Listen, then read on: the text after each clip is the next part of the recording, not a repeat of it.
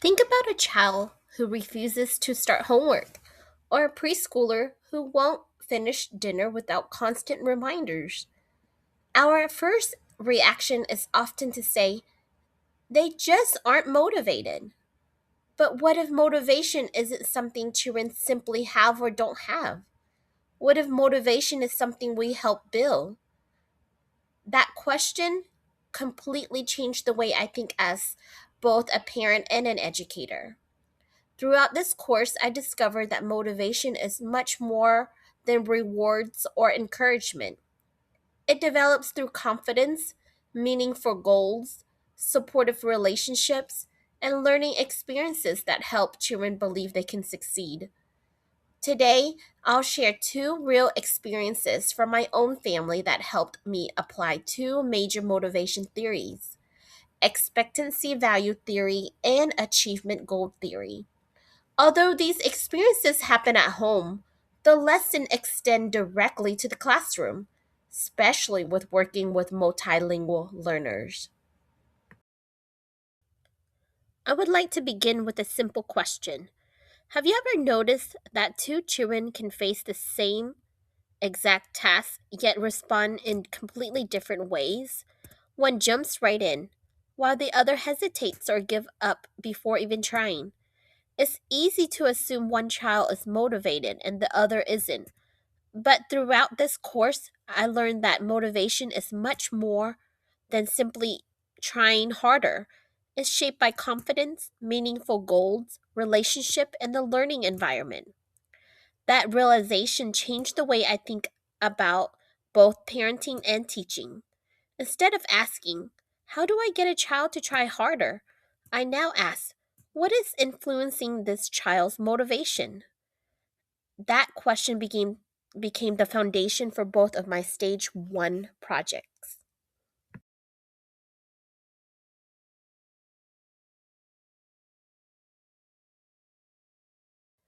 Why understanding motivation matters? We often see motivation through behavior. A child participates, another avoids work. One finishes quickly, another gives up. But behavior is only what we can see. Underneath every behavior are beliefs, emotions, goals, and experiences. Research consistently shows that motivation influences engagement, persistent confidence, and ultimately achievement. More importantly, motivation isn't fixed. It changes depending on how students view themselves, how they value the tasks, and whether the environment supports learning. As parents and educator, this shift our thinking. Instead of asking, how do you make this child work harder? We begin asking, what is preventing this child from wanting to engage? That simple change in perspective opens the door to much more meaningful support.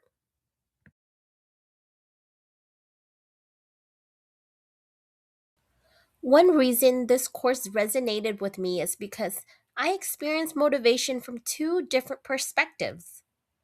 At home, I'm raising two daughters with very different personalities, abilities, and developmental needs.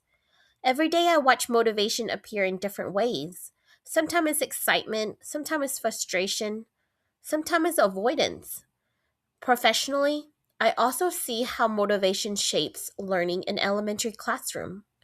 As an ESOL teacher, I recognize that what appears to be low motivation may actually reflect uncertainty, fear of making mistakes, or simply not seeing value in a task. Whether I'm parenting or teaching, the question becomes the same. How can I help children believe in themselves enough to keep trying?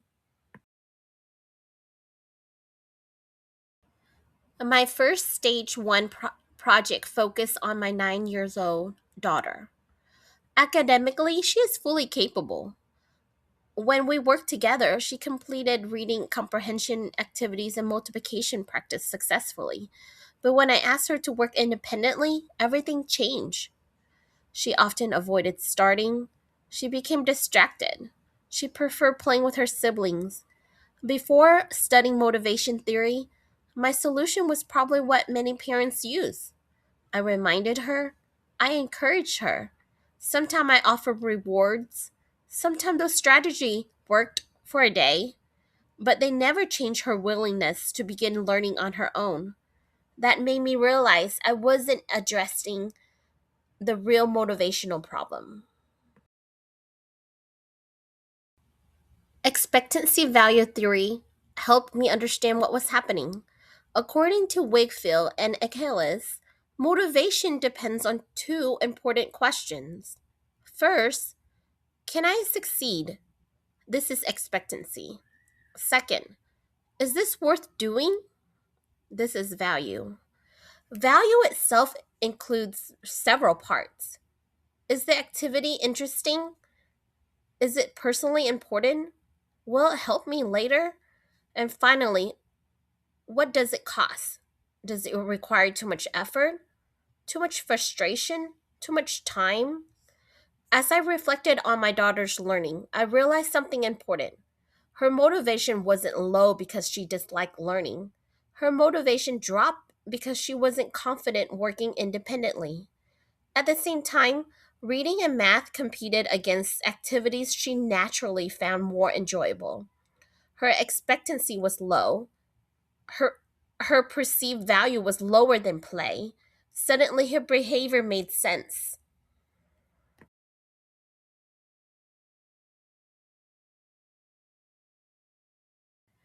Instead of trying to increase motivation directly, I focus on strengthening both expectancy and value.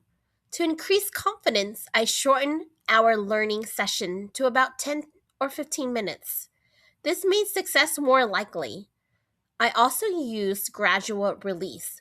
First, I modeled a test, then we completed it together. Finally, she worked independently. Instead of praising only correct answers, I praised persistent strategies and improvement. To increase value, I changed the learning activities. She chose books she actually wanted to read. We explored current events using times for kids. Math became part of grocery shopping, estimating prices, comparing costs, and calculating totals.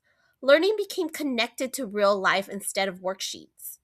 The goal wasn't simply finishing assignments. The goal was helping her experience success often enough that she began believing, I can do this.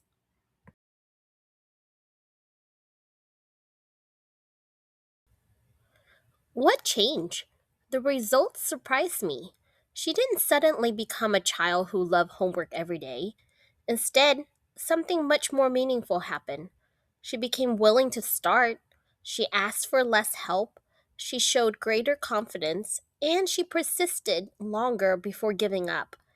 Those small changes represent something much bigger. They showed that confidence often comes before motivation.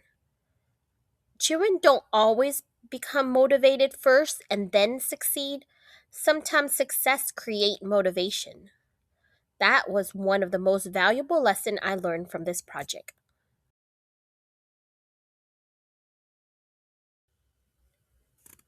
My second stage 1 project involved a completely different challenge. My 4-year old daughter struggled with independent eating.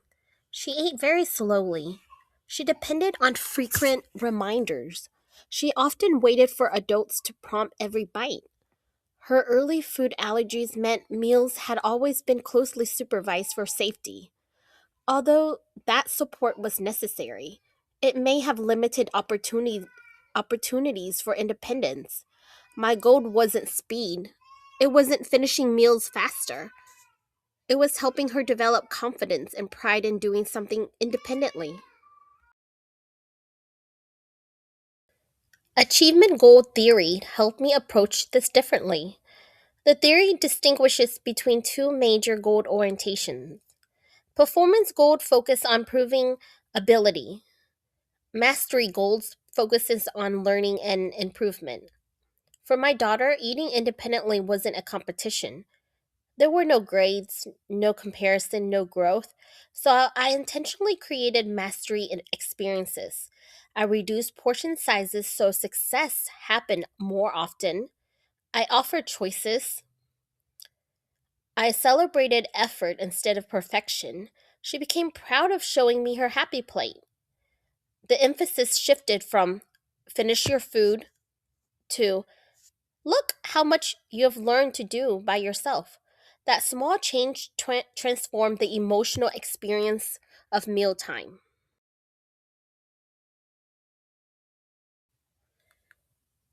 One article that deeply connected with both of my experiences was the study of Mawagi and colleagues. Research examined academic motivation among Black college students and found that family played an essential role in shaping motivation. Parents, grandparents, and relative influence confidence, expectations, perseverance, and educational goals. Although my children are much younger, I saw the same principle. Children develop motivation within relationships. Family communicates beliefs. Family communicate expectations. Family shapes how children see themselves as learners.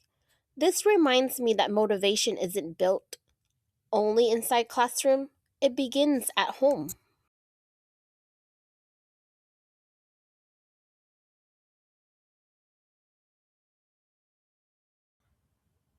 As I prepare to return to work this fall, working with ESOL learners, these theories have changed how I think about motivation. Sometimes an English learner may appear disengaged, but perhaps the student simply isn't confident speaking English. Perhaps the tasks feel overwhelming. Perhaps they don't yet feel they belong. Instead of assuming low motivation, I now ask different questions. Does the student believe they can succeed? Do they see value in this lesson? Or do they feel connected to the classroom community? When those needs are supported, motivation naturally becomes stronger. Across both theories, several practical strategies consistently emerge. First, create opportunity for success. Small successes build confidence. Second, connect learning to children's interests and everyday experiences. Third, provide meaningful choices whenever possible. Choice increases ownership. Fourth, celebrate growth rather than perfection. And finally, partner with families. Whether at home or at school, children benefit most when the adults in their lives work together to encourage confidence, persistence, and independence. Motivation doesn't happen by accident, it grows through intentional support.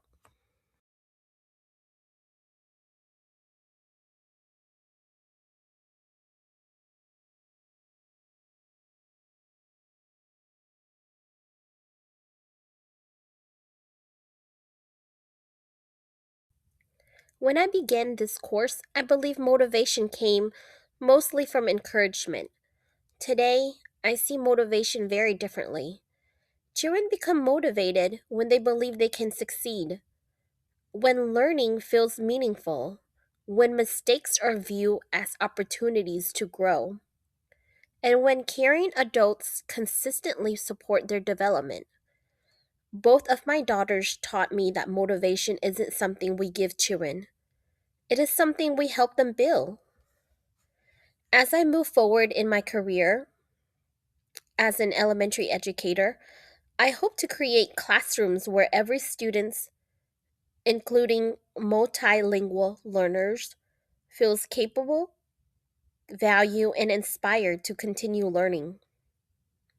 Because when children believe in themselves, they become willing to attempt things they once thought were impossible. Thank you for listening.